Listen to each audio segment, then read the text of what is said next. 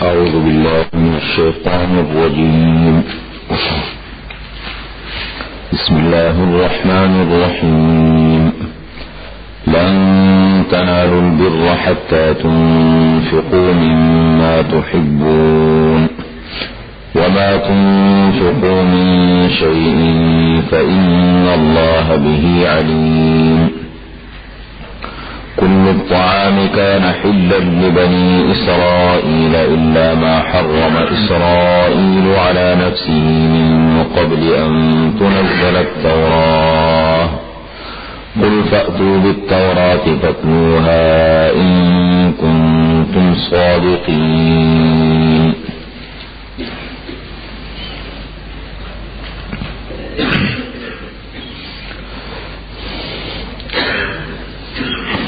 تیسرے پارے کے آخر میں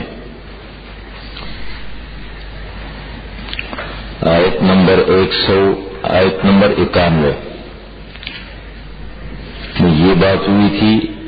اللہ تعالیٰ نے فرمایا کہ جو لوگ کفر کی حالت میں دنیا سے چلے گئے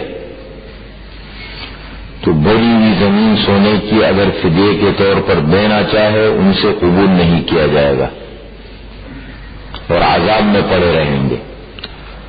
اب اللہ تعالیٰ فرما رہے ہیں کہ دیکھیں خرچ کرو دنیا میں. مسلمانوں کو خطاب ہے. لن تنالوا البر، دنیا میں خرچ کرو، اچھی چیز خرچ کرو، جذبے کے ساتھ خرچ کرو، دو ذخیرہ بناؤ. لن تنالوا البر، ہرگز تم نہیں پا سکو گے نیکی کو، ہرگز تم حاصل نہیں کر سکو گے نیکی. حتی تنفقوا مما تحبون، یہاں تک کہ تم خرچ کرو اس چیز میں سے جو تم پسند کرتے ہو، اپنی محبوب چیز میں سے، اچھی چیزوں میں سے. اب اس کا یہ مطلب نہیں ہے کہ اچھی چیز خرچ کرو. آپ نے پیچھے پڑھا ان آیتوں کا آپس میں ان کو جوڑا بھی کریں. وَيَسْأَلُونَكَ مَاذَا يُنْفِقُونَ، سوال ہوا آپ صلی اللہ علیہ وسلم سے دوسرے پارے میں سورہ بقرہ میں کیا چیز خرچ کرے. فرمایا قُلِ الْعَفْوَ، جو چیز تمہاری ضرورت میں نہیں ہے، تمہاری ضرورت سے زائد ہے، وہ دو تاکہ غریب کی ضرورت بھی پوری ہو. آپ کی ضرورت تو ہے نہیں ویسے، لیکن یہاں اعلیٰ صورت ہو گئی خرچ کرنے کی. ایک چیز آپ کو بڑی پسند ہے، محبوب چیز ہے، اور آپ کہتے ہیں کہ نہیں میں اس کو اللہ کی راہ میں دیتا ہوں، تو یہ تو ایک خرچ کرنے کی ایک اعلیٰ مثال ہو گئی. اب یہ مطلب نہیں ہے کہ مطلب جب تک اچھی چیز خرچ نہیں کرو گے تو نیکی کو نہیں پا سکتے. فرمایا حتی تنفقوا، یہاں تک کہ خرچ کرو تم اس چیز میں سے ما تحبون، جو تم پسند کرتے ہو. وما تنفقوا من شیء، اور جو بھی چیز تم خرچ کرو گے، جو بھی چیز، فإن اللہ بہ علیم، پس بے شک اللہ تعالیٰ اس کو جانتے ہیں. اگر خرچ کرنے کی عادت پڑ جائے ایک جذبے کے تحت، اصول کے ساتھ، ایسے نہیں لاپرواہی میں دینا، ایک سوچ اور منصوبے کے تحت، ایسا آدمی کبھی پریشان نہیں ہوتا. اللہ تعالیٰ بڑی مدد فرماتے ہیں. خرچ کرنے والا کبھی پریشان نہیں ہوتا، پھر اللہ تعالیٰ بڑی مدد کرتے ہیں. لیکن ایک منصوبے کے ساتھ، سوچ کے ساتھ کہ یہ میں دے رہا ہوں، دیکھو خرچ کرنے کی عادت ہے. اب آگے دیکھیں اس آیت کا تعلق کہاں سے. یہ کبھی ایک جگہ ایک مسئلہ ہوتا ہے، اس کا جواب دوسری جگہ، تفسیر دوسری جگہ ہوتی ہے. آپ نے پڑھا تھا آیت نمبر 65، 66، 67، 68 یہ مسئلہ ہوا نا. انہوں نے کہا کہ ملت ابراہیمی پر ہم ہے، تو اللہ تعالیٰ نے کیا کہا ان اول الناس بابراہیم للذین اتبعوہ وہذا النبی والذین آمنوا معہ. حضرت ابراہیم علیہ السلام کے قریب تر کون لوگ ہیں؟ ان کے پیروکار، یہ نبی اور ایمان والے.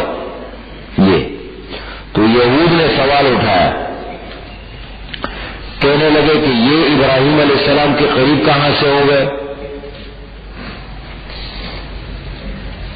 یہ ابراہیم علیہ السلام کے قریب کیسے ہو گئے؟ ابراہیم علیہ السلام تو اونٹ کا گوشت اور دودھ استعمال نہیں کرتے تھے. اب دیکھیں نا، ایک بات جب معاشرے میں رائج ہو جاتی ہے کہ میں نے سنا ہے، اپنے بڑوں سے سنا ہے، بس سنتے چلے آ رہے، وہ پھر بات خراب ہو جاتی ہے. تو اللہ تعالیٰ نے فرمایا کیسی الٹی بات کرتے تم، خدا کے بندے، یہ ابراہیم علیہ السلام کا مسئلہ نہیں، یہ یعقوب علیہ السلام کا مسئلہ ہے. وہ ان کے پوتے ہیں، بہت بعد میں یہ مسئلہ ہوا. اونٹ کا گوشت اور اونٹ کا دودھ استعمال کرنے نہ کرنے کا مسئلہ ابراہیم علیہ السلام سے کوئی تعلق نہیں رہا، وہ تو اسرائیل علیہ السلام، حضرت یعقوب علیہ السلام کا مسئلہ ہے. وہ سمجھ رہے ہیں؟ اور پھر دوسری بات یہ کہ اس مسئلے کی حقیقت کو بھی سمجھو. مسئلہ کیا، یہ مسئلہ کیوں پیش آیا؟ حضرت یعقوب علیہ السلام جن کا لقب تھا اسرائیل، ان کو عرق النسا کی بیماری ہو گئی تھی، جس کو کہتے ہیں نا رینگن کا درد. کیا کہتے ہیں؟ رینگن کا درد کہتے کیا؟ وہ جو ان کو عرق النسا کی بیماری ہو گئی تھی.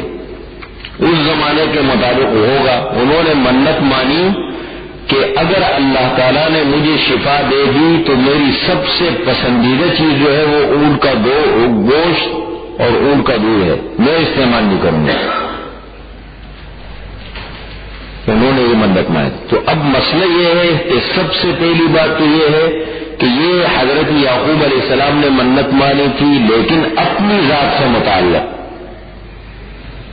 الا ما حرم اسرائیل علی نفسہ، اپنی ذات سے متعلق ایک بات. نمبر 2، یہودیت کا دین چلتا ہے حضرت موسیٰ علیہ السلام سے، تورات کے مکلف ہے.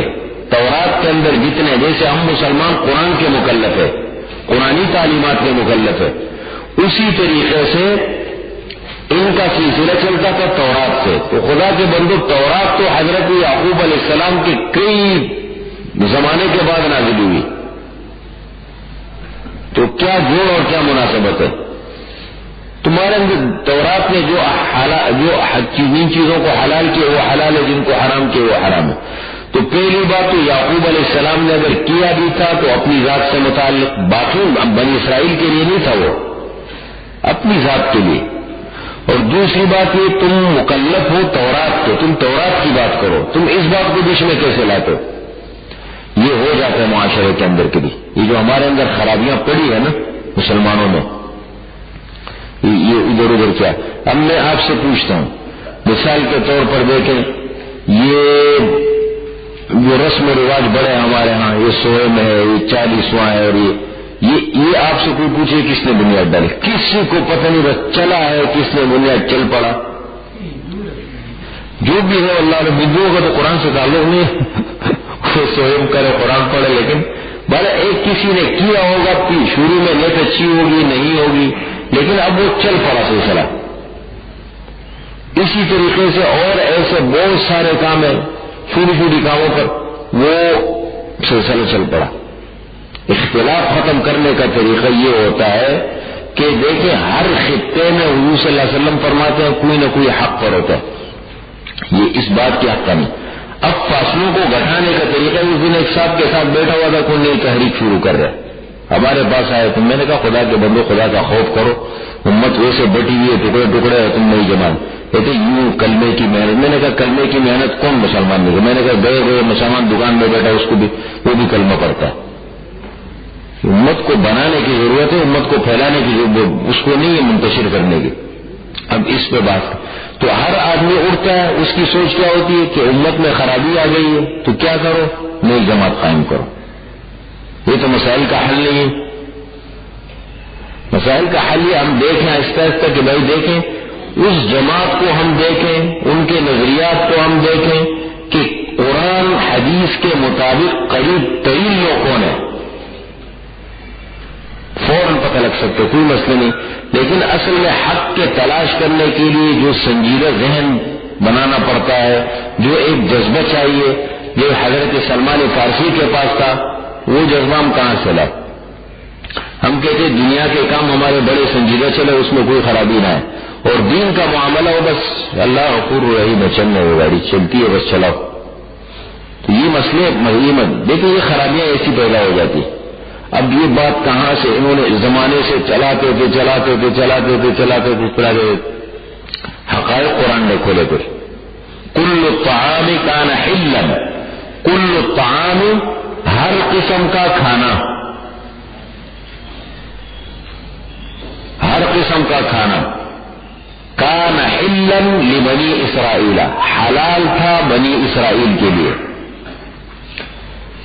الا ما حرم اسرائیل علی نفسہ، مگر جو حضرت اسرائیل علیہ السلام نے اپنی ذات پر حرام کیا، اپنی ذات پر.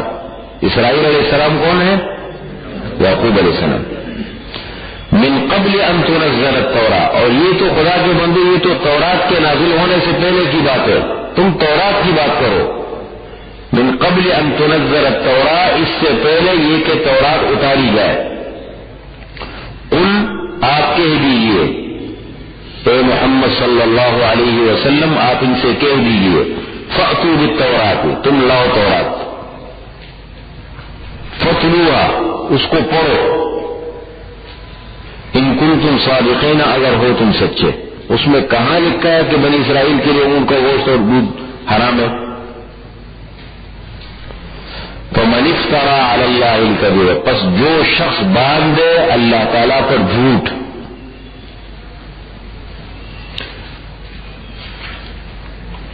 من بعد ذلك، اس کے بعد. اب چلو پرانی بات تو ایک چلا آ رہا تھا، ہمیں علم نہیں تھا، معلومات نہیں تھی. فمن افترى بعد ذلك، جس نے جھوٹ باندھا حق واضح ہونے کے بعد، بعد ذلك حق کے واضح ہونے کے بعد، فاولئک هم الظالمون، وہی لوگ ہیں زیادتی کرنے والے، کچھ ظالم ہے وہ. اب بھی نہیں کرتے وہ اون کا گوشت، اور ابھی بھی نہیں کرتے. قل صدق اللہ، آپ کہہ دیجئے اللہ تعالیٰ نے سچ فرمایا ہے. صدق اللہ، اللہ تعالیٰ نے سچ فرمایا ہے. فاتبعوا ملت ابراہیم حنیفا، پیروی کرو حضرت ابراہیم علیہ السلام کی ملت کی. حنیفا، جو یکسو ہونے والے تھے، ایک اللہ تعالیٰ کی طرف متوجہ ہونے والے. وما کان من المشرکین، اور مشرکین میں سے بھی نہ تھے. اب ابراہیم علیہ السلام کا ذکر ہوا، اسی مناسبت سے کعبۃ اللہ کا ذکر ہوا، مرکز. ان اول بیت، بے شک سب سے پہلا گھر، اول سب سے پہلا، اول کا لفظ ہے سب سے پہلا گھر. وضع للناس، جو رکھا گیا لوگوں کے لیے. وضع، بنایا گیا، رکھا گیا. للناس، لوگوں کے لیے. للذی ببکہ، البتہ جو بکہ میں ہے. بکہ مکہ، بکہ مکہ کا دوسرا نام ہے. مکہ کو مکہ کیوں کہتے ہیں؟ مکہ المکرمہ، مکہ نام کیوں پڑا؟ ویسے اللہ عالم لکھا ہے کتابوں میں مکہ کہتے ہیں ناف کو. ناف ہے نا، ناف جیسے بیچ میں ہوتی ہے نا، یہ پورے دنیا کے بیچ میں ہے، یہ لکھی ہے وجہ. اور بکہ کو بکہ کیوں کہتے ہیں؟ دو وجہ لکھی ہے. بکہ یا بک کو، بکن کے معنی توڑنا، یا بکہ یا بک کے معنی رونے سے، یبکی، بکا یبکی. تو بکہ یا بکو کے معنی توڑنا. دیکھیں سب کی گردنیں کعبۃ اللہ کی طرف ٹوٹ جاتی ہے، جھک جاتی ہے نا، اس لیے کہتے ہیں بکہ. یعنی کثرت البکاء حولها، اس کے آس پاس لوگ کثرت سے روتے ہیں. کثرت سے، اس وجہ سے کیا کہتے ہیں؟ بکہ. ہاں،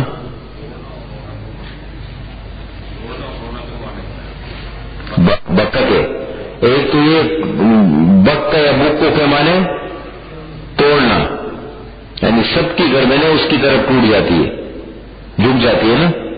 یا پھر یہ لکثرت البکاء حولها، اس کے ارد گرد روتے ہیں بہت سے لوگ. رونے سے لوگ وہاں روتے ہیں زیادہ، اس لیے بکا کہتے ہیں۔ بے شک سب سے پہلا گھر جو بنایا گیا لوگوں کے لیے للذی ببکہ، البتہ جو بکہ میں ہے، مبارکن بڑا مبارک ہے، وہدن اور ہدایت ہے، ہدایت للعالمین جہان والوں کے لیے، فیہ آیات بینات مقام ابراہیم، اس میں بڑی واضح نشانیاں ہیں، آیات نشانیاں ہیں، بینات واضح قسم کی نشانیاں، مقام ابراہیم بھی ہے وہاں پر۔ ومن دخلہ کان آمنا، اور جو شخص مکہ میں داخل ہو جائے وہ امن میں ہے، ظاہری طور پر بھی امن میں ہے اور باطنی طور پر بھی امن میں ہے۔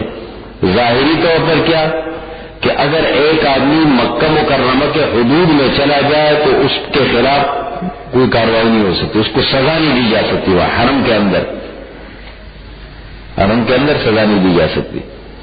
اور اگر عقیدت اور محبت کے ساتھ پورے آداب کو ملحوظ رکھتے ہوئے وہاں داخل ہو جائے تو جہنم کی آگ سے پناہ میں ہے وہ۔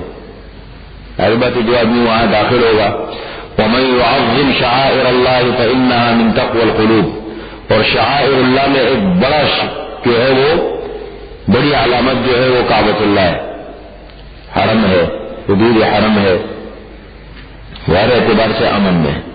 اگر عقیدت اور محبت کے ساتھ داخل ہو جائے بہت بڑی چیز ہے۔ اب تو آج کل تو ایک وہ بن گیا نا، بہت بڑا ویسے عجیب بڑا امتحان کا وقت ہے، کہتے ہیں پورے 7 چکروں میں لوگ جو ہے نا موبائل لے کے وہ بنا رہے ہوتے ہیں، مووی بنا رہے ہوتے ہیں، اور پھر وہاں جو میوزک کی گھنٹیاں بجتی ہے موبائل میں، مسلمان کو تو بالکل جب جائے تو بالکل دنیا اور مافیا سے رابطہ کاٹ دے اپنا۔ یہ بہت سوچنے، ہم سے ویسے سب سے بڑی کوتاہیاں ہو جاتی ہے وہاں پر۔ اس لیے امام ابو حنیفہ رحمۃ اللہ علیہ جب مدینے جاتے تھے نا سیدھا نکل کے بھاگتے تھے، پھر کہتے تھے بھائی کہیں یہاں مقام پر اس مقام کی جو ہے نا یہ بڑے مقامات ہیں، مکہ المکرمہ، مدینہ المنورہ، حرمین کیوں کہا گیا اس کو؟ قابل احترام حرمین ہے دونوں۔ فرمایا کہ مقام ومن دخلہ کان آمنا، اور جو شخص داخل ہو جائے وہاں وہ امن میں ہے، وللہ اور اللہ تعالی کی رضا کے لیے، علی الناس لوگوں پر لازم ہے، لوگوں پر لازم ہے کیا چیز؟ حج البیت، بیت اللہ کا حج، حج یحج، حجن بھی مصدر آتا ہے اور حجن بھی مصدر آتا ہے، دونوں طرح، حجن حج بھی کہتے ہیں حج بھی کہتے ہیں، دونوں صحیح ہے۔ اللہ تعالیٰ کی رضا کے لیے لوگوں پر لازم ہے بیت اللہ کا حج، من استطاع الیہ سبیلا، جو وہاں تک پہنچنے کی طاقت رکھے، جو طاقت رکھے اس کی طرف راستے کی، یعنی جس کے پاس آنے جانے کا خرچہ ہو، باقی جتنی ضروریات ہے وہ سب اس کے پاس موجود ہو، اس پر لازم ہے۔ ومن کفر، اور جس نے طاقت کے باوجود انکار کیا، طاقت کے باوجود حج نہیں کیا، انکار کیا، فإن اللہ غنی عن العالمین، پس بے شک اللہ تعالیٰ تو غنی ہے جہان والوں سے۔ ایک آدمی کی طاقت ہے، صاحب استطاعت ہے، حج کر سکتا ہے، پھر بھی حج کے لیے کوشش نہیں کرتا، یہ بڑی سخت وعید ہے۔ ومن کفر، جس نے انکار کا راستہ اختیار کیا، دیکھیں کفر ایک کفر وہ والا کفر ہے وہ شریع، اور ایک کفر کا لغوی معنی ہے ومن کفر، جس نے انکار کیا۔ انکار دو قسم کے، ایک زبان سے وہ تو کافر ہو گیا، وہ تو پکا کافر ہو جائے گا جہنمی، اور ایک زبان سے انکار نہیں کرتا لیکن عملاً منکر ہے وہ، جیسے عملاً ہم منکر ہوتے ہیں بعض اعمال کے بارے میں، عملاً منکر ہے تو اس کے بارے میں فرمایا فإن اللہ غنی، زبان سے تو کوئی بھی انکار نہیں کرتا نا، کوشش نہیں کرتے۔ اور حضور صلی اللہ علیہ وسلم کیا فرماتے ہیں؟ جو حج کی طاقت رکھے اور پھر بھی حج نہ کرے، یہودی ہو کہ مرے، عیسائی ہو کہ مرے، میرا اس سے کوئی تعلق نہیں، وعید ہے نا یہ۔ یہ وعید تو ہے. ومن کفر فإن اللہ غنی عن العالمین، یہ مسئلہ بھی ختم ہو گیا. دوسرا مسئلہ آپ نے پڑھا تھا پیچھے آیت نمبر 72 میں کہ یہود کے ایک گروہ نے سازش کی تھی. کیا سازش کی تھی؟ صبح جایا کرو آپ صلی اللہ علیہ وسلم کی مجلس میں، مسلمانوں کی مجلسوں میں بیٹھا کرو، اور شام کو واپس آ جایا کرو اور کہو کہ یار مزہ بالکل نہیں آئے، نہ سمجھ میں آنے والا دین ہے. تو لوگ کیا سمجھیں گے؟ یہ پڑھے لکھ کے لوگ ہیں، یہ جب نہیں سمجھے تو اس کا مطلب یہ دین غلط ہے. یہ سازش کی. اسی سازش میں سے ایک اور سازش کا ذکر ہے. یہود ہے ہی شرارتی، آدمی کی فطرت جب خراب ہو جائے نا، اذا کانت طباع طباع عصوین، ایک بڑھیا کا شعر ہے بڑا زبردست. اس نے بکری کا بچہ اور ایک شیر کا بچہ پالا اور ایک بکری کا بچہ. تو وہ ایک بکری تھی، اس کے بعد ایک شیر کا بچہ پالا. تو اس بکری میں سے دودھ نکال کے وہ شیر کو دیتی تھی. اب وہ جب شیر جوان ہو گیا اور اس شکار کے قابل ہو گیا تو پہلا نشانہ کس کو بنا؟ بکری کو پہلا نشانہ بنا. اس نے بڑا عجیب شعر پڑھا، بڑا عبرت آموز. قتلت شویہتی وفجعت قلبی وانت لشاتنا ابن الربیب. قتلت شویہتی وفجعت قلبی، میرے بکری کو مار دیا اور میرے دل کو جو ہے تکلیف پہنچائی. وانت لشاتنا ابن الربیع، تو میری بکری کا بچہ ہے، بیٹا ہے اس کا. اذا کانت طباع طباع سوء فلا ادب یفیل ولا ادیب. کہتے جب فطرت خراب ہو جائے تو نہ ادب فائدہ دے سکتا ہے نہ ادیب فائدہ دے سکتا ہے. پھر جب انسان کی فطرت بگڑ جائے تو پھر نہ اس کو ادب فائدہ دیتا ہے نہ ادیب فائدہ دیتا ہے اس کو. تو سارے قرآن کے احکامات سامنے لگے ہوں تو فرق نہیں پڑ رہا. بڑے بڑے فرم لگا کے لڑکا دو سامنے، خیر الرازقین، پورے سود سے پورے قرض پیسے لیے ہوں گے، اس کے اوپر کیا لکھا ہوگا، بورڈ کیا لگا دے، ھذا من فضل ربی. یہ ہوتے ہیں نا، یہ دیکھیں یہ بہت بڑی عجیب چیز ہے. حدیث میں حضور صلی اللہ علیہ وسلم فرماتے ہیں کہ ایک دور آئے گا لوگ قرآن پڑھیں گے، قرآن لعنت بھیجے گا اس پر. وہ پڑھ رہا ہوگا، قرآن لعنت بھیج رہا ہوگا اس کو. جو باغ آیتوں، اس دن میں نے امت اخبار میں دیکھا، اوپر قرآن کی آیت لکھی ہوتی ہے تم بہترین امتوں لوگوں کی نفع رسانی کے لیے نکالے، اور نیچے وہ جو لیبلنگ والے ہیں انہوں نے ایک اشتہار لگایا ہے، بہت بڑا اشتہار، یعنی تقریباً آدھے اخبار کے قریب مین صفحے پہ ایک بالکل فحش عورت کی تصویر ہے. وہ بالکل انگریز خاتون بیٹھی ہے اور بیٹا اس کے لیے. میں نے فون ملایا ان کو، میں نے کہا کم از کم کہنا ہے، لیکن فون اٹھایا نہیں. دیکھو یہ چیزیں سوچنے کی ہے. میں مسلمان ہوں، ہمیں قرآن کی آیتیں لگاتا رہوں، یہ قرآن کے ساتھ یہ محبت نہیں ہے. قرآن کا بے جا استعمال کرنا، بے موقع استعمال کرنا، یہ قرآن کی توہین ہے.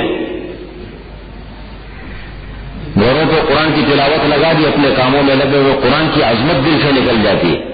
آپ 5 منٹ کے لیے قرآن کریم کی تلاوت سنے بیٹھ کے، 5 منٹ کے لیے، لیکن پورے ادب اور احترام کے ساتھ سنیں، بجائے اس کے قرآن کی تلاوت ہو رہی ہے. یہ جو ہمارے یہاں اسپیکروں پہ بعض جگہوں میں قرآن لگا دیتے ہیں، یہ دین کی بہت بڑی توہین ہے. یہ موبائل کے اندر گھنٹیاں لگا دی ہے، بجتا ہے ٹک، اس سے دین کی عظمت دل سے نکل جاتی ہے. یہ بہت اہم چیز ہے. بات کہاں سے چلی؟ ہاں تو یہ ہے نا، دیکھو سازش کی شعر. تو دیکھیں ان کی عادتیں خراب ہو گئی. اب کیا ہوا واقعہ؟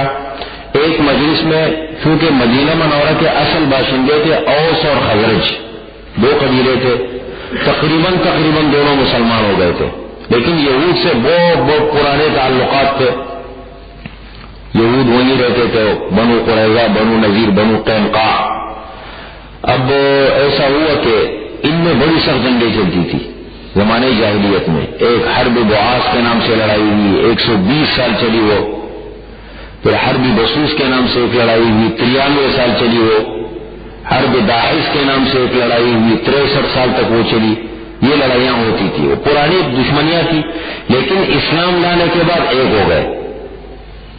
تو مجلس میں بیٹھے ہوئے تھے، کسی نے اتفاق سے، چونکہ شعر و شاعری کا زمانہ تھا، فصاحت بلاغت، کسی نے شعر پڑھا تو ایک یہودی بیٹھا ہوا تھا، شماس ابن قیس، شماس بن قیس، اس نے کہا کہ میں بہت پڑھا لکھا آدمی ہوں، اس شعر کا مطلب کیا میں سمجھتا ہوں، اس کا پس منظر مجھے پورا معلوم ہے۔ یہ ایسا ہوا کہ اوس والوں نے خزرج والوں پہ حملہ کیا تھا، ان کو مارا تھا، ان کو گڑیوں میں گھسیٹا تھا، ان کو اشتعال دلایا، جذبات کو ابھارا، اشتعال۔ وہ کہنے لگا اچھا ہمارے لوگوں کو مارا تھا انہوں نے، ہوتا ہے نا ایک انسان کو۔ اب وہ اس بات کو ذرا ٹوک کر کے لڑائی شروع ہو گئی۔ اب مجلس میں 3 قسم کے لوگ تھے، ایک تھے اوس اور خزرج لڑنے والے آپس میں لڑائی، ایک تھے لڑانے والے یہودی، اور ایک تھے کچھ ایسے لوگ تھے مسلمان جن کا نہ اوس سے تعلق تھا نہ خزرج سے۔ اب وہ بیچارہ تماشا دیکھے کہ ہم کیا کریں، لیکن ایسے ماحول بن سکتے ہیں دنیا کے سامنے۔ یہ ایک واقعے کو اللہ نے بنیاد بنا کے بہت بڑا سبق دے دیا ہمیں، اب تماشائی بن کے دیکھ رہے۔ اللہ تعالیٰ نے یہ آیتیں نازل فرمائی، 2 آیات میں سب سے پہلے یہود کو تنبیہ فرمائی کہ تمہیں کیا ملا، کہاں ہے شماس ابن قیس اشرف، کسی جہنم کے گھر میں پڑا ہوگا، یہی ہے نا، لیکن کیا ملا تمہیں۔ پھر اس کے بعد 4 آیات میں جو آپس میں لڑے ان کو تنبیہ فرمائی، 4 آیتوں میں جو آپس میں لڑے تھے ان کو تنبیہ کی، اور پھر آخر کی 2 آیتوں میں ان لوگوں کو تنبیہ کی کہ جو تماشائی بنے رہے، وہ تماشا دیکھتے رہے، سب کو تنبیہ فرمائی۔ قل آپ کہہ دیجیے یا اہل الکتاب، آپ صلی اللہ علیہ وسلم کو جب پتہ چلا نا دوڑتے ہوئے آئے اور ان کو ڈانٹا تو لڑائی وغیرہ ختم کرائی، سخت لڑائی شروع ہو گئی تھی مجلس میں۔ قل آپ کہہ دیجیے یا اہل الکتاب، اے اہل کتاب، تعالوا یا اہل الکتاب لم تکفرون بآیات اللہ، کیوں تم اللہ تعالیٰ کی آیتوں کا انکار کرتے ہو، اللہ کی آیتوں کا انکار کیوں کرتے ہو، واللہ شہید علی ما تعملون، اور اللہ تعالیٰ گواہ ہے تمہارے اعمال پر، جو تم کرتے ہو سب اللہ دیکھ رہے ہیں، گواہ ہے اللہ تعالیٰ۔ قل آپ کہہ دیجئے اے اہل کتاب لم تصدون عن سبیل اللہ، کیوں تم روکتے ہو اللہ تعالیٰ کے راستے سے لوگوں کو، کیوں تم روکتے ہو اللہ تعالیٰ کے راستے سے، من آمنا، اس شخص کو جو ایمان لائے، تبغونہا عوجا، تم تلاش کرتے ہو اللہ کی راہ میں عوجن، ٹیڑھاپن، کجی، وانتم شہداء، اور تم خود گواہ ہو کہ یہ دین جو ہے یہ بالکل ٹھیک ہے، پھر کیوں ایسا کرتے ہو؟ وما اللہ بغافل عما تعملون، اور نہیں ہے اللہ تعالیٰ غافل اس سے جو تم کرتے ہو، سب اللہ کو معلوم ہے۔ اب ایمان والوں کو خطاب ہے، وہ لڑے تھے آپس میں، یا ایھا الذین آمنوا، اے ایمان والو، ان تطیعوا، اگر تم اطاعت کرو گے، اطاعت کس چیز میں ہوتی ہے؟ قول میں، اگر تم یہود کی باتوں میں آؤ گے، ان تطیعوا، اگر تم کہا مانو گے، فریقاً ایک گروہ کی، من الذین اوتوا الکتاب، ان لوگوں میں سے جو اہل کتاب ہے، جن کو کتاب دی گئی ہے، ان کی باتوں میں آؤ گے، یردوکم، وہ تمہیں واپس لوٹا دیں گے، بعد ایمانکم، تمہارے ایمان کے بعد، کافرین، یردوکم، تم لوٹ جاؤ گے، یا یردوکم، وہ تمہیں لوٹا دیں گے تمہارے ایمان کے بعد، کافرین، کافر بنا کر۔ وَكَيْفَ تَكْفُرُونَ، اور کیسے تم کفر کرتے ہو، یہ کفریہ کام ہے نا، وَكَيْفَ تَكْفُرُونَ، کیسے تم انکار کرتے ہو، وَأَنْتُمْ تُتْلَى عَلَيْكُمْ آیات اللہ، حالانکہ پڑھی جاتی ہے تم پر اللہ کی آیتیں، تُتْلَى عَلَيْكُمْ آیات اللہ، اللہ کی آیتیں تم پر پڑھی جا رہی ہے، وَفِيكُمْ رَسُولُهُ، اللہ کا رسول تمہارے اندر موجود ہے، وَمَن يَعْتَصِم بِاللَّهِ، اور جو مضبوطی کے ساتھ پکڑ لے اللہ کو، یعنی اللہ کی رسی کو، اللہ کے دین کو، مراد اللہ کا دین ہے، جو مضبوطی کے ساتھ پکڑ لے اللہ کو، اللہ کے دین کو، فقد ہدی الی صراط مستقیم، پس تحقیق ہدایت دی گئی اس کو سیدھے راستے کی طرف، سیدھے راستے کی طرف ہدایت دی گئی۔ یا ایھا الذین آمنوا، اے ایمان والو، اتقوا اللہ، اللہ تعالیٰ سے ڈرو، حق تقاتہ، جیسے اللہ تعالیٰ سے ڈرنے کا حق ہے،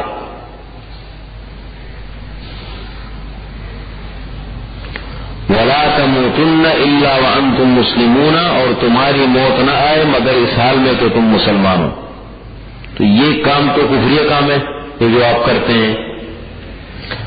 واعتصموا بحبل اللہ، اور مضبوطی کے ساتھ پکڑو، اعتصام کے معنی ہے پکڑنا مضبوطی کے ساتھ، واعتصموا، اور مضبوطی کے ساتھ تھامو، بحبل اللہ، اللہ کی رسی کو،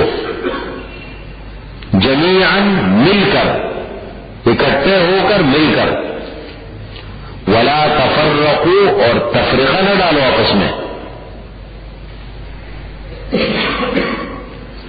واذکروا نعمت اللہ، اور یاد کرو اللہ تعالی کی نعمت کو، علیکم، جو تمہارے اوپر کی ہے، نعمت اللہ، اللہ کی نعمتوں کو، نعمت اللہ، اللہ کی نعمت کو، دونوں ترجمے ٹھیک ہے، اس لیے کہ نعمت مصدر ہے، اللہ کی نعمتوں کو یاد کرو جو تمہارے اوپر کی ہیں، اذ کنتم اعداء، جبکہ تم تھے آپس میں دشمن، اعداء ایک دوسرے کے سخت ترین دشمن تھے، فألف بین قلوبکم، اللہ تعالیٰ نے الفت اور محبت ڈالی تمہارے دلوں میں، الفت اور محبت ڈالی، فأصبحتم بنعمتہ اخوانا، پس ہو گئے تم اللہ تعالیٰ کے بنعمتہ، اللہ تعالیٰ کی نعمت کے ساتھ، اللہ تعالیٰ کے فضل، مراد قرآن کریم ہے، اخوان بھائی بھائی، وَكُنْتُمْ عَلَى شَفَا حُفْرَةٍ مِّنَ النَّارِ، اور تم تھے آگ کے گڑھے کے کنارے پر، شفا کنارے کو کہتے ہیں، حفرہ گڑھا، آگ کے گڑھے کے کنارے پہ تھے، فَأَنْقَذَكُم مِّنْهَا، پس اللہ تعالیٰ نے تمہیں اس سے بچایا،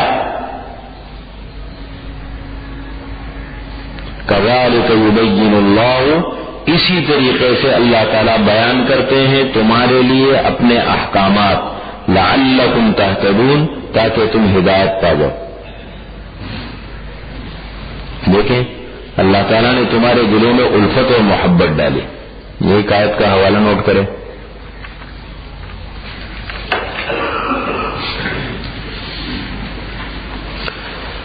سورۃ الانفال 12 نمبر 10، نکالے نہیں نکالنے نہیں پڑے تو دیر ہو جائے گی۔ آیت نمبر ہے 63،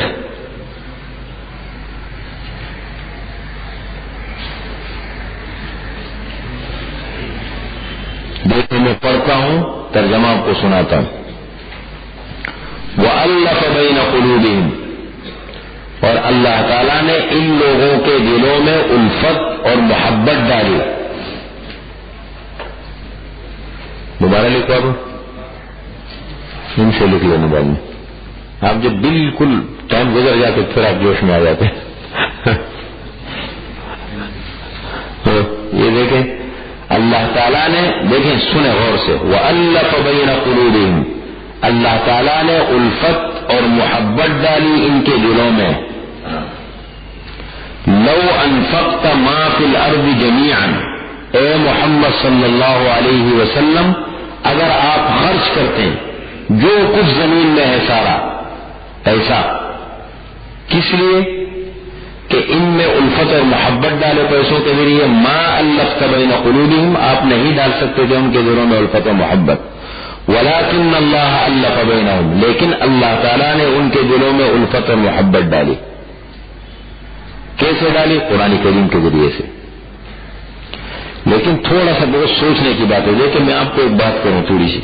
یہ باتیں میں کرتا ہوں لیکن یہ باتیں حق ہیں, بہت مناسب باتیں ہیں, اس لیے کہ ہماری زندگی دیکھیں جس ماحول میں گزری ہے نا, ہمارا آنکھیں کھولنا اور پھر جو ہے وہ ہماری زندگی ہوتی ہے وہ پورے ایک دینی ماحول میں گزرتی ہے. جیسے ہماری زندگی عام طور پر مسلمانوں کی آنکھیں کھولتی ہے, بچے جو ہے وہ اسکولوں میں چلے جاتے ہیں, ساری زندگی دین کے لیے ہم نے کتنا ٹائم نکالا ہے. صحیح سے ایک اپنے بارے میں سوچتے ہیں, آپس میں ہم بیٹھے رہتے سوچیں گے بھی نا, تھوڑا سا محاسبہ بھی کریں گے, جائزہ بھی لیں گے اپنا. دین کے لیے ہم نے سنجیدہ ٹائم کتنا نکالا, اپنی زندگی کا ہر آدمی جائزہ لے.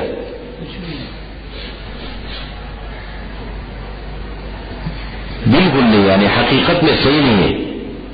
ٹھیک ہے ایک تعلق ہے, مسلمان ہے, مسلمان گھروں میں پیدا ہوئے, لیکن جو اسکول کو ہم ٹائم دیتے ہیں وہاں جا کے سیکھتے, میں نہیں کہتا ہوں وہ نہیں سیکھو, یہ مطلب نہیں ہے, میری بات کا منفی مطلب مت لے, لیکن کچھ توازن تو ہونا چاہیے ہے نا. اب ایک مسلمان ہے, مسلمان کو دین کے بارے میں معلومات تو ہونی چاہیے تھی. دوسری طرف ہماری دیکھیں زندگی گزر جاتی ہے مدرسوں میں, لوگ آ کے ہمیں کہتے ہیں عجیب عجیب, ہمارے حکمران بھی پیچھے لگے رہتے ہیں, لوگ بھی ہمیں کہتے ہیں آپ لوگ انگریزی تعلیم کیوں نہیں حاصل کرتے. بھائی مجھے نہیں چاہیے, انگریزی تعلیم تو آخرت کے لیے نہیں ہے. یا ہے ایک آدمی کو کاروبار کرنا ہے, روزی کمانی ہے, ملازمت کرنی ہے, بالکل کرے, ہم نے کبھی منع نہیں کیا. ٹھیک ہے, اب مجھے کاروبار نہیں کرنا, مجھے دنیا کمانی نہیں, مجھے شوق ہی نہیں ہے دنیا کمانے کا. اب کس بات میں مجھے وہ کہتے ہیں. اور پھر دوسری بات یہ, جو مجھے انگریزی کی یہ بہت بڑی بات چل رہی ہے, آپ یہ نہیں دیکھا, آپ کو نہیں کہہ رہا ہوں, دنیا کے حوالے سے بات کر رہا ہوں. کہتے ہیں آپ لوگ یہ بڑی باتیں چلتی ہے. آج پھر اخبار میں آیا ہے کہ علماء کی جو صنعت تھی وہ کینسل کر دی. کرنے وہ یار صنعت بار بجے, میری صنعتوں کو پتہ نہیں جہاں سے میں نے لی تھی کہاں رکھی ہے, مجھے وہ مدرسے کی صنعتوں کا بھی پتہ نہیں. کردار صنعت ہے, سب سے بڑی چیز جو ہے نا وہ کردار ہے انسان کا.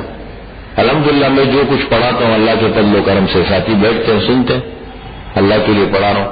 لیکن یہ کہتے ہیں کہ انگریزی, بھائی انگریزی, مجھے یہ بتاؤ آپ مسلمان اگر آپ میرے ہمدرد ہو تو آپ نے اسلام کی تعلیم کتنی لی ہے,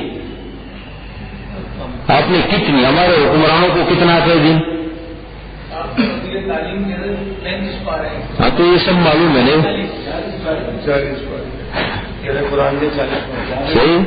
بہرحال دیکھیں میں یہ کہنا چاہتا ہوں, اب بات یہ ہے کہ دین کو ہم نے ٹائم کتنا دیا ہے, تھوڑا سا سوچنے کی بات ہے. میں یہ نہیں کہتا ہوں, آج کے بعد بھی کہتے دیر آئے درست آئے, ہمارے بچوں کو ہم نے دینی ماحول کتنا دیا ہے.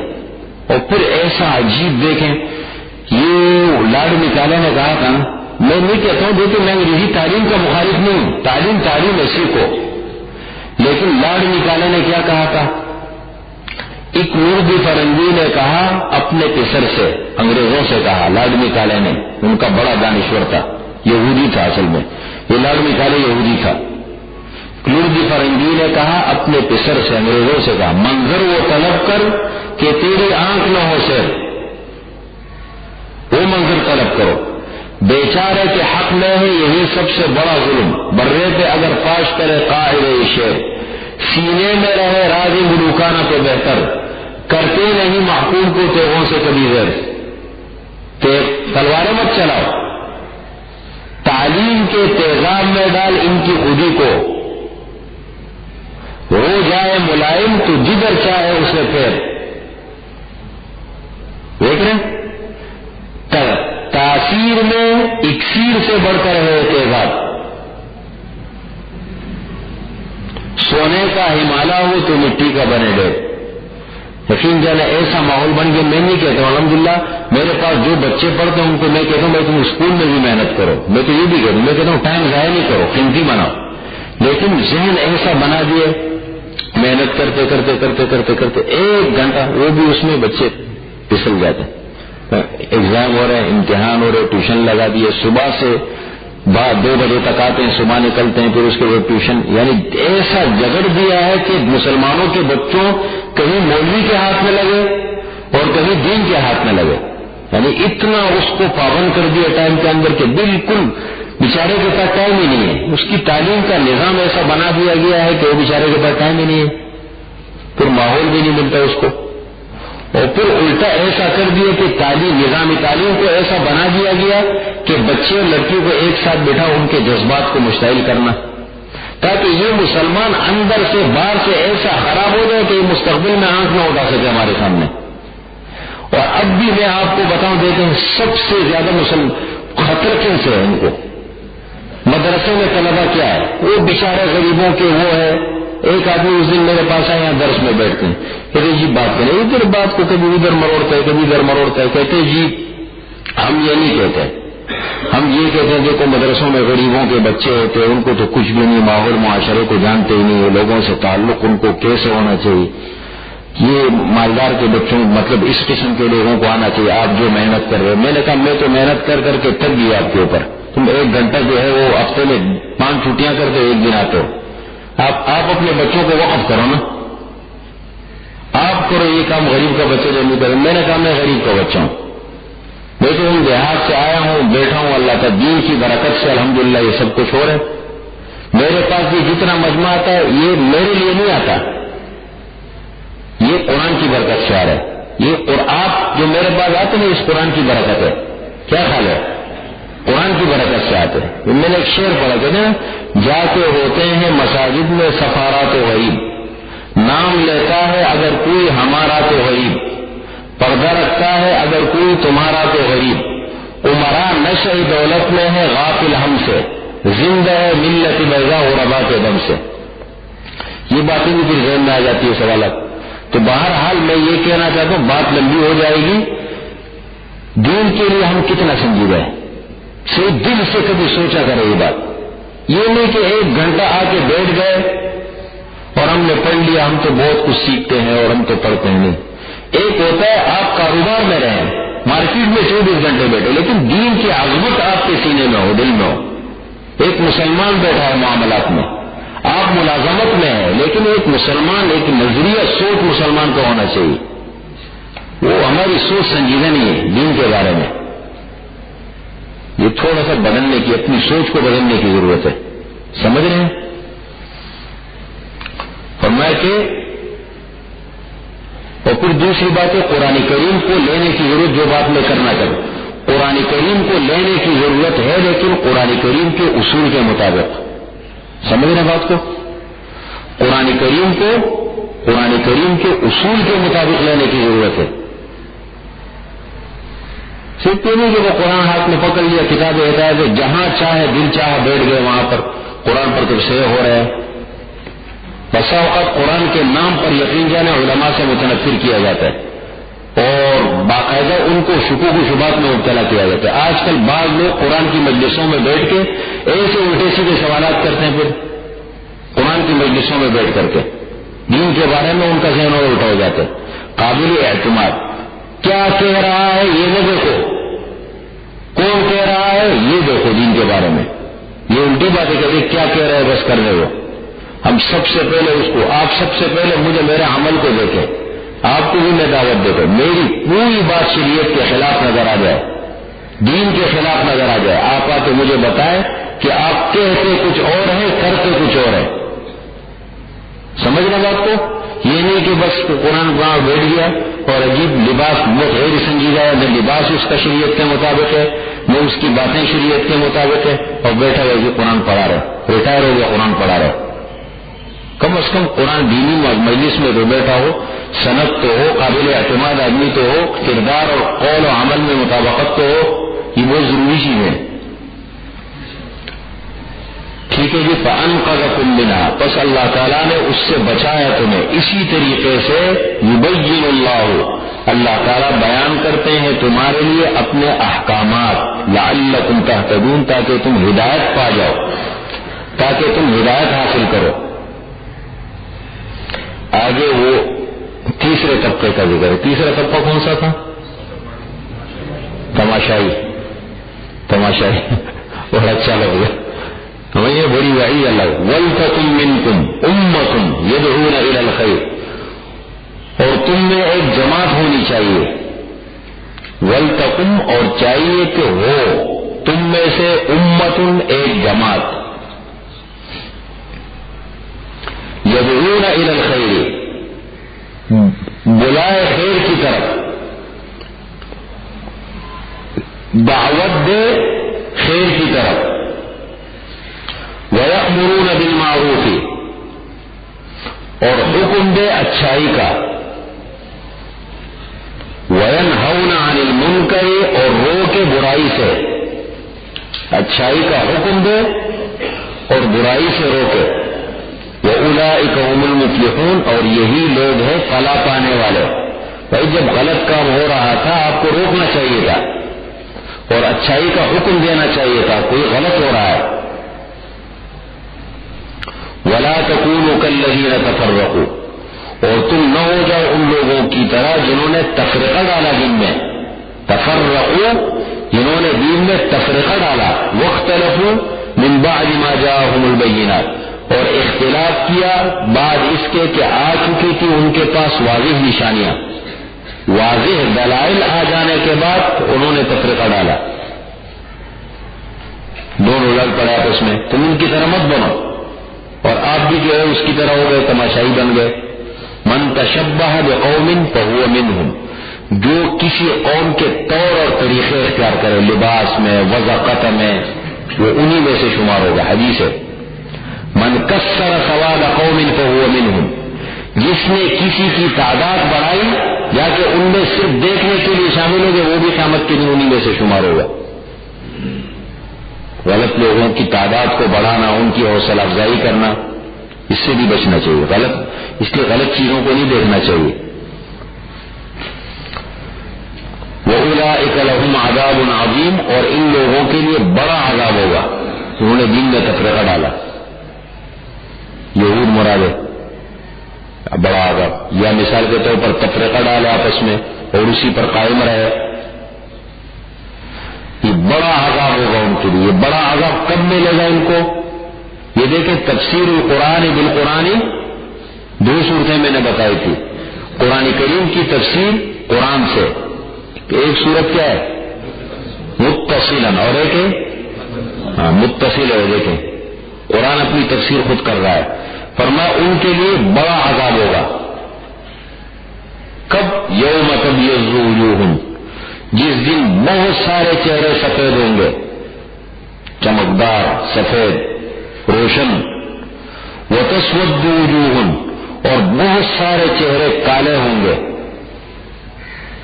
یہاں پر بڑی عجیب بات ہے. تفسیر ابن کثیر تفسیر مظہری تفسیر در منصور یہ تینوں تفاسیر عربی کی تفاسیر ہے.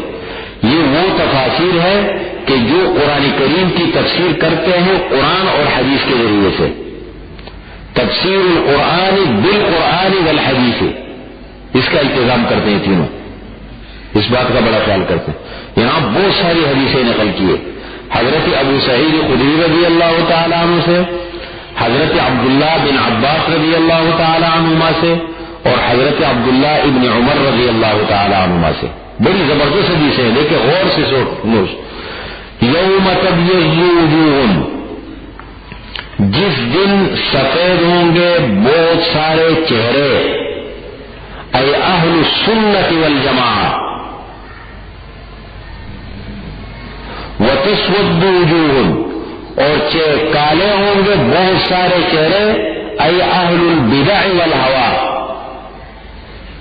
اہل البدع والہوا. اس کو نوٹ کر لو بڑی اہم بات ہے.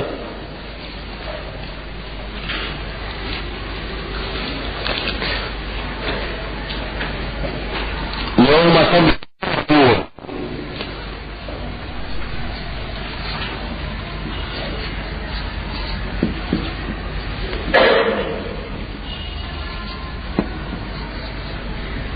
السنت والجماعہ اور وتسود وجوہ اہل البدع والہوا. بدعت ان کی جمع ہے. اہل البدع بدعت والے والہوا خواہشات والے. دیکھیں اس کی میں وضاحت کروں یہ بڑی اہم بات ہے. یہ صرف نام رکھنے سے کچھ نہیں ہوتا. تو اچھے سے اچھے نام رکھ دو. اصل ہے انسان کا عمل قرآن و حدیث کے مطابق ہو. سمجھ رہے ہیں؟ اصل عمل ہوتے زبان نہیں. آج کل بڑے اچھے اچھے نام لوگ رکھ دیتے ہیں، کہتے ہیں یہ حزب اللہ ہے، یہ جو ہے وہ جماعت المسلمین ہے، یہ اہل السنت والجماعت ہے، یہ اہل حدیث ہے. نام ٹھیک ہے لیکن اصل عمل ہونا چاہیے. سب سے پہلے یہ دیکھو عمل ہمارا اس کے مطابق ہے یا نہیں. یہ میں اپنے آپ کو سب سے پہلے کہہ رہا ہوں کہ اگر کہ ہمارے عمل اس کے مطابق ہے یا نہیں. یہ اہل سنت والجماعت کا لفظ تو ہم استعمال کرتے ہیں لیکن یہ لفظ کہاں سے پڑا ہے؟ یہ مت دیکھیں کہ جماعت کا نام ہے، پارٹی کا نام ہے. یہ لفظ نام پڑا کہاں سے؟ یہ پوچھا کرو لوگوں سے. کہتے ہیں نا میں اہل سنت والجماعت ہوں. ہر مسلمان جتنے بھی ہیں جن کے نظریات کسی مخصوص نہیں، جن کے نظریات پوری دنیا میں قرآن و حدیث کے مطابق ہے وہ اہل السنت والجماعت میں داخل ہے، سب مسلمان. لیکن مطلب اس کا کیا ہے اس کو سمجھنا چاہیے. دیکھیں حضور صلی اللہ علیہ وسلم نے ایک موقع پہ فرمایا تھا کہ بنی اسرائیل میں کتنے فرقے بنے تھے؟ 72. وَإِنَّ بَنِي إِسْرَائِيلَ تَفَرَّقَتْ عَلَىٰ 72 ملتاً. 72 فرقے بنے تھے. ایک جنت میں جانے والا، باقی سب جہنم میں جانے والے.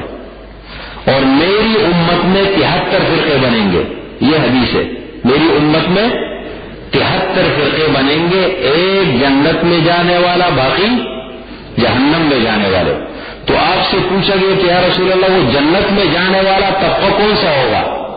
تو فرمایا ما انا علیہ و اصحابی. یہ حدیث کا الفاظ ہے نا، ما انا علیہ و اصحابی. ما انا علیہ یہ وہ سنت پر ہو جس پر حضور صلی اللہ علیہ وسلم ہے تو سنت راستہ ہو گیا نا. ما انا علیہ جس پر میں ہوں تو کون سا راستہ ہو گیا صلی اللہ علیہ وسلم کا؟ سنت. و اصحابی اور جس پر میرے صحابہ ہے جماعت. تو ہمارے لیے معیار کیا ہے؟ دیکھیں مسلمانوں کے لیے معیار جو ہے آپ صلی اللہ علیہ وسلم کی سنت.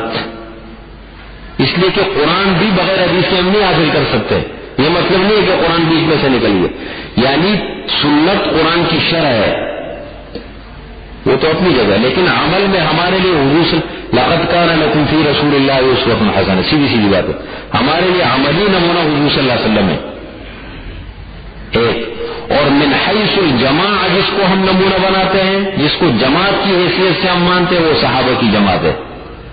تو اہل سنت سنت والے، سنت کو ماننے والے، سمجھ رہے ہیں؟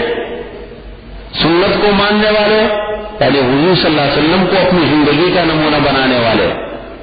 وہ اصحابی اور صحابہ کی جماعت کو معیار حق جاننے والے. صحابہ کے بارے میں اگر شک ہو گیا نا کسی، تمام صحابہ معیار حق ہے، حق کے لیے معیار ہے. فَإِنْ آمَنُوا بِمِثْلِ مَا آمَنْتُمْ بِهِ. ایمان معیار جو ہے وہ صحابہ کرام ہے. تو یہ مطلب ہے اس کا. فرمایا یوم تبیض وجوہ، جس دن بہت سارے چہرے جو ہے وہ روشن ہوں گے، بہت سارے چہرے کالے ہوں گے.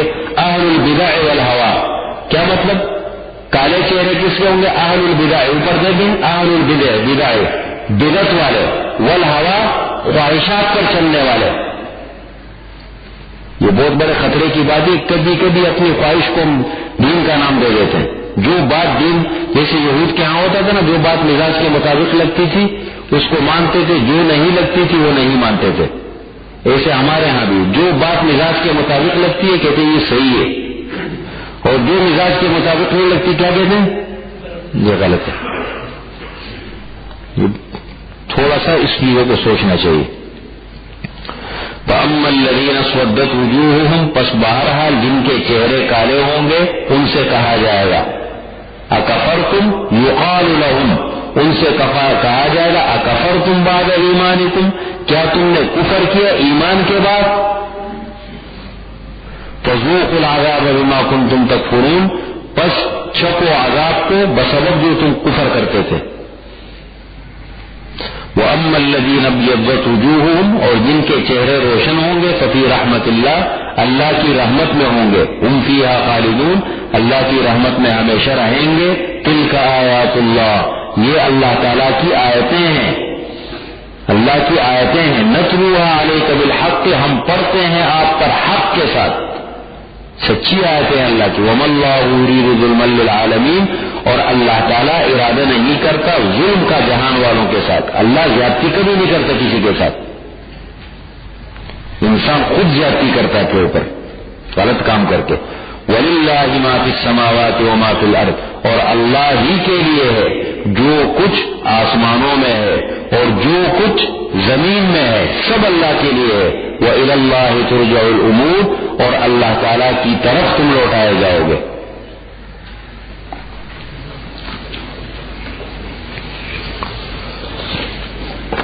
الحمد لله رب العالمين، والصلاة والسلام على خير خلقه محمد وآله وأصحابه أجمعين۔ ربنا ظلمنا أنفسنا وإن لم تغفر لنا وترحمنا لنكونن من الخاسرين۔ ربنا آتنا في الدنيا حسنة وفي الآخرة حسنة وقنا عذاب النار۔ ربنا اغفر لنا ولإخواننا الذين سبقونا بالإيمان ولا تجعل في قلوبنا غلا للذين آمنوا ربنا إنك رؤوف رحيم۔ اللهم إنا نسألك العفو والعافية والمعافاة الدائمة في الدين والدنيا والآخرة۔ اللهم يا حي يا قيوم برحمتك نستغيث، ربنا لا تزغ قلوبنا بعد إذ هديتنا وهب لنا من لدنك رحمة إنك أنت الوهاب۔ ربنا ولا تحمل علينا إصرا كما حملته على الذين من قبلنا، ربنا ولا تحملنا ما لا طاقة لنا به، واعف عنا واغفر لنا وارحمنا، أنت مولانا فانصرنا على القوم الكافرين۔ سبحان ربك رب العزة عما يصفون، وسلام